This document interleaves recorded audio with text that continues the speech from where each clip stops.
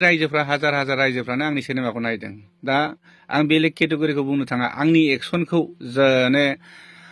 जोंनि आसामनि बा अल आसाम बा अल बड' जोंनि जेसेबां बर'फ्रानो आंनि सिनेमाखौ अनसायदों बे हिसाबै आंनि सिनेमायाबो कालेक्सन जादों रबि नार्जारि एक्टर जे बिथाङा जे मा बुंदों आरो बिथाङा दुखुबो फोरमायदों आरो बिथांनि भिडिअ फुल भिडिअखौ नायबानो जे नोंथांमोना जे गासैबो जे मिथिसिगौ जे दायो जानिखि एवार्ड जे बिसानि प्रग्राम जे जानो थांगासिनो दङ जे बिनि थाखायनो जे बिथाङा जे मा फोरमायखो जे नोंथांमोना नायलांदों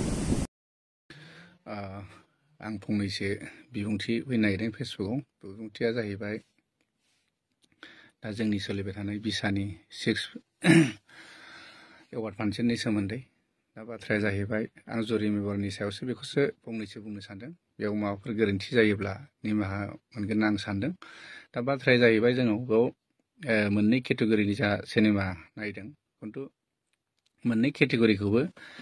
जयैनो मोनसेयावनो नायनाय जादों बाथ्राया जाहैबाय आर्ट मुभि हिसाबै रजनी बसुमतारी मेडामनि आरो दा लकेल फिल्म जिथु कमार्शियेल मुभिनि सायाव आरो दा बाथ्राया जाहैबाय मेडाम रजनी बायदिनि जिथु गराय फाख्रि सिनेमाया गोबां जायगायावनो आसामनि गुबुन गुबुन स्टेटआवनो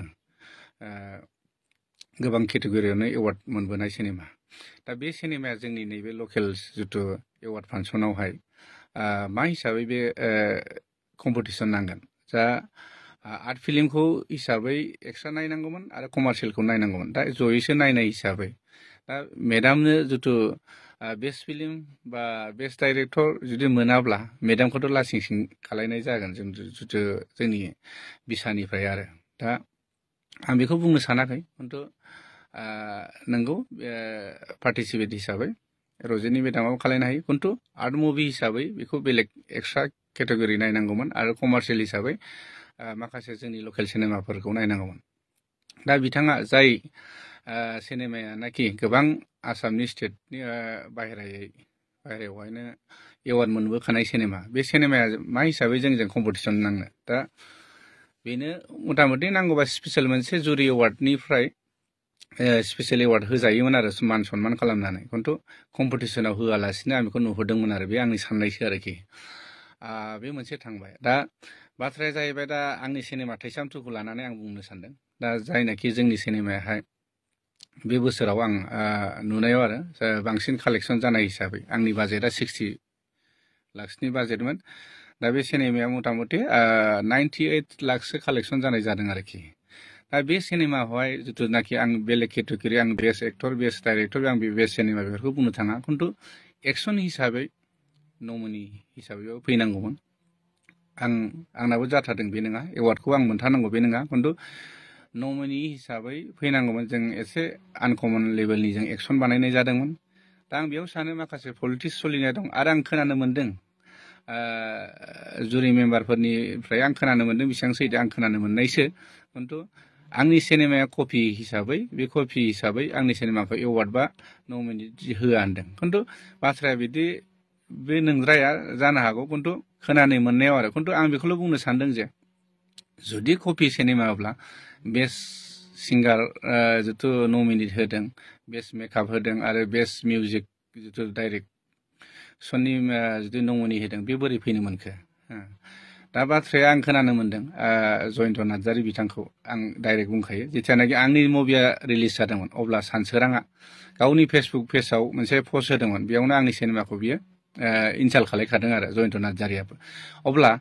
बिथाङा दिनै प्रेजेन्ट एक्टिभ जुदि आर्टिस्ट मानसिया मा हिसाबै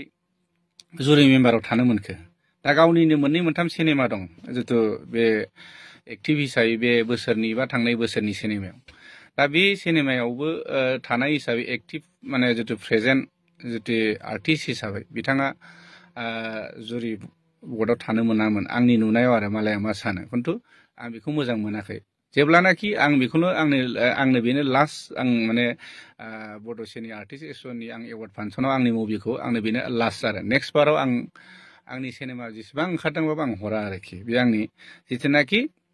जयन्त नार्जारिया बे जुरि मेम्बाराव थागोन अब्लासिम आं हरा आंजों मा पार्सनेल दुस्मन दं गैया आंहा बेखौ जेबो गैया आं बेजों पार्सनेल जेबो दुस्मन गैया खिन्थु बाथ्राया जाहैबाय जितियानाखि रिलिज जानाय समावनो बे आंनो मोनसे कमेन्ट होदोंमोन बे नेगेटिभ कमेन्टखौ आरोखि दिनै आंनि सिनेमाया कपि जादों खिन्थु हलिउड बलिउडफ्राबो बिराद कपि खालायो खिन्थु बिथांमोनाबो दिनै बेबायदिनो सोलिदों जानो हागौ आंनि स्ट'रि बायदिसिनाफ्रा कपि जानो हागौ खिन्थु एक्टिं बायदिसिनाथ' कपि नङा एक्सनाथ' कपि नङाना दिनै रायजोफ्रा हाजार हाजार रायजोफ्रानो आंनि सिनेमाखौ नायदों दा आं बेलेग केटेगरिखौ बुंनो थाङा आंनि एक्सनखौ माने जोंनि आसामनि बा अल आसाम बा अल बड' जोंनि जेसेबां बर'फ्रानो आंनि सिनेमाखौ अनसायदों बे हिसाबै आंनि सिनेमायाबो कालेक्सन जादों जिथुनाखि 60 लाख बाजेटनि सिनेमाया 98 लाख दासिम माने कालेक्सन जाना दं आरोखि ओंखायनो आं बेखौ बारा मोजां मोनाखै आरो बिथाङा जुरि मेम्बाराव थानायखौ आं मोजां मोनाखै जेब्लासिम